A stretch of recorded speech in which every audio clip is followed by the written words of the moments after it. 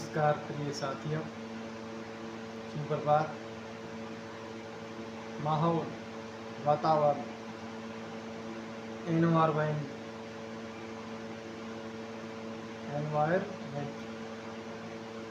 एक ही चीज़ है, एक ही शब्द है ये। और ये शब्द हमारे जीवन में बहुत ही ज़रूरी है। इसकी जो इम्पोर्टेंस है वो बहुत ही ज़रूरी है।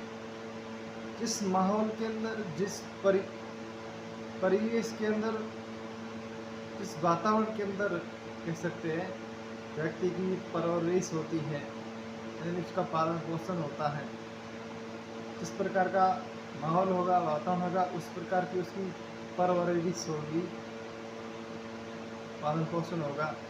तो वो वैसे ही संस्कार सीखेगा, वैसे ही वो आचार व्यवहार सीखेगा, वैसे ही मान सम्मान लोगों को देना वो सीखेगा। उसके हाव भाव वैसे होंगे, यानी कि प्रत्येक चीज़ उसकी, प्रत्येक उसके बोलने का तरीका भी वैसा ही होगा।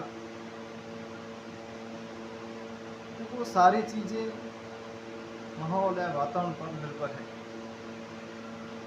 हमारे आसपास का अगर शांत वातावरण है तो शांत स्वभाव का वो होगा। अगर वातावरण झगड़ालू है या ईर्ष्यालु है तो ईर्ष्या और झगड़ालू प्रति का होगा। प्रवृत्ति किस प्रकार की हो सकती है, ये वातावरण है कि एनवायरमेंट पर निर्भर करता है, यानी कि वातावरण पर निर्भर करता है। जैसा वातावरण होगा वैसे संस्कार होंगे, उनके गुण दोष होंगे, उनका उठना बैठना वैसा ही होगा,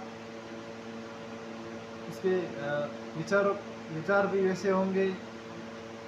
विचारों के अंदर सापेक्षता तब आएगी जब वो कुछ अच्छा सोचे, अच्छा करे, आसपास का वातावरण शांत हो, झगड़ालू वातावरण ना हो। अगर आसपास के वातावरण के अंदर शांति का माहौल है, वहाँ के बच्चे संस्कारी है,